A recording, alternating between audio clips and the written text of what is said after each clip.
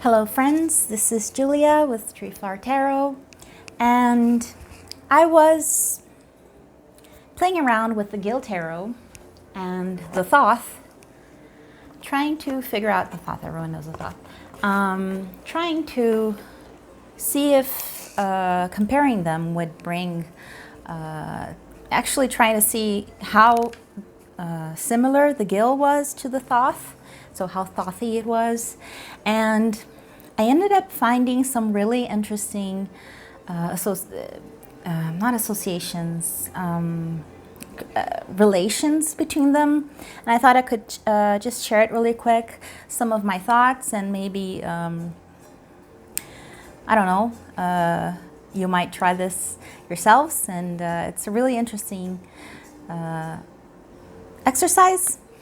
So the Gill with the Thoth, and then I brought the Waite in, and I was looking mainly at the minors, just because the Gill Tarot is very centered on Kabbalah, and the Thoth, both of them, right?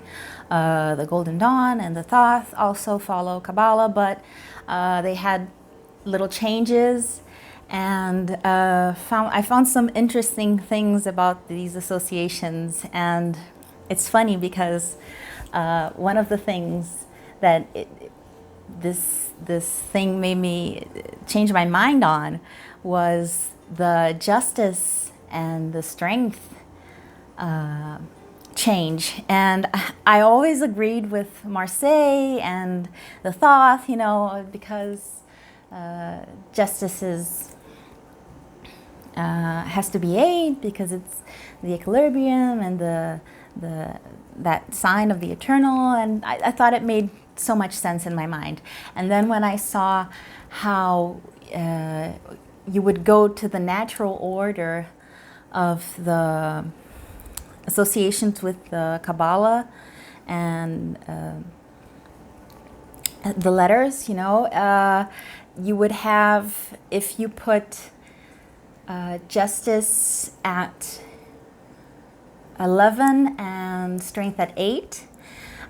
Strength would be reigned by Leo, and then justice would be reigned by Libra, which makes so much sense. So just because of that, it was really interesting.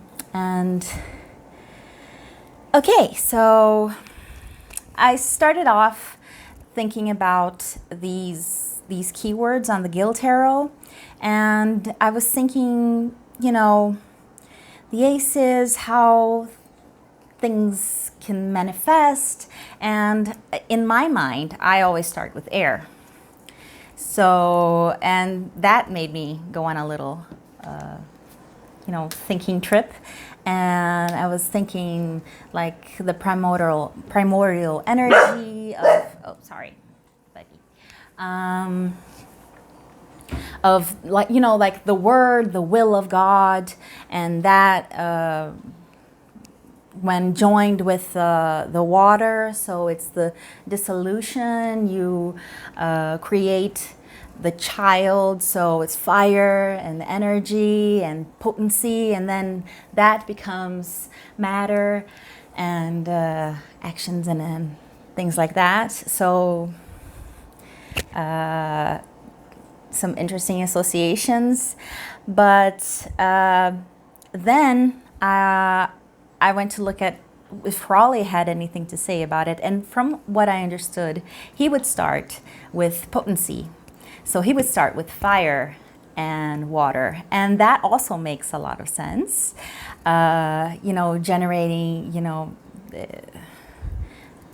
fire with water, generating the child, so that's the sword, and that's the word. It also makes a lot of sense, and then you go to matter.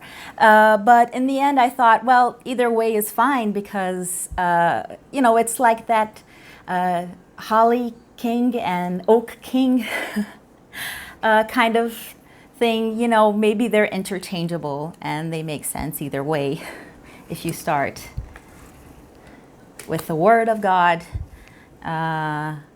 or if you start, and then that goes into the matter, or the two, the female, and then you generate the sun, which would be fire, the bringer of change, and then to matter. Or I think it somehow makes a lot of sense that Crowley would start with fire and water, because I think, I don't know, it's a little bit more of a, if you prioritize the sexual energy and that kind of thing, I think it makes a lot of sense that you would start with the fire entering the water, the womb. So it's the phallus and the uterus, the womb, and then you generate the child, which would be the will, the true will. Finding one's true will, and then action in the world, which is generating wealth.